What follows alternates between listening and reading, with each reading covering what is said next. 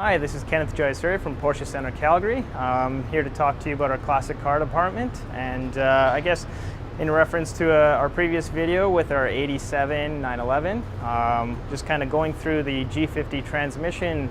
We had it off last time and kind of showed the condition of it on the exterior, some oil leakage and some other things that were going on with it, especially on the clutch side of things. So we showed you a little bit on the shift fork last time and some of those components, but now we're actually going to be showing you just a little bit on the internal side of things, because the client itself wanted to actually stop any of the oil leaks that were happening.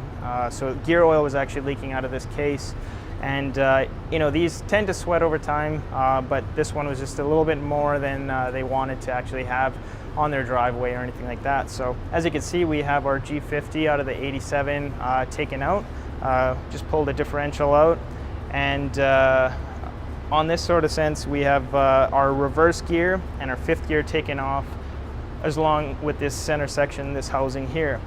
A big one for actually oil leaks on this here, it has to do with this kind of thin paper material right here, and it's located in between all these actual housings. So in time, or over time I should say, that it actually, the oil will actually migrate through and it'll come past and it'll start sweating.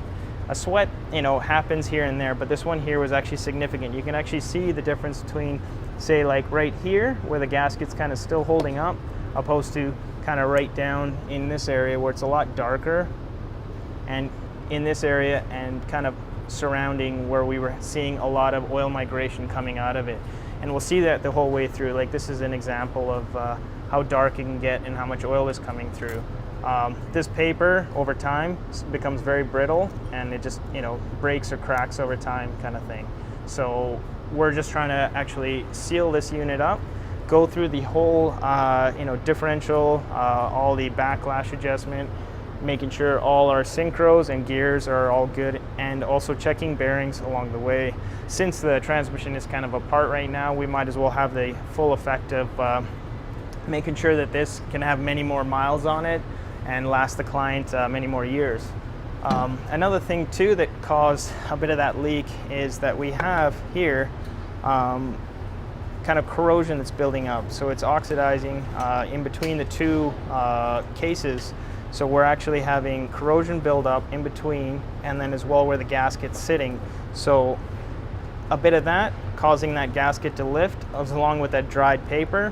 You know, that oil saturated gear oil, I should say, is just weeping its way all the way out. So in this case here, since it's, you know, out and exposed, we will go through all the gears, making sure backlash is good. You know, we're going to make sure that all our, you know, selectors are fine, all our actual, you know, sleeves and synchros are all good, bearings are, you know, of good shape and everything like that. We did find on our diff that we did have kind of wear patterns just on the actual rollers itself.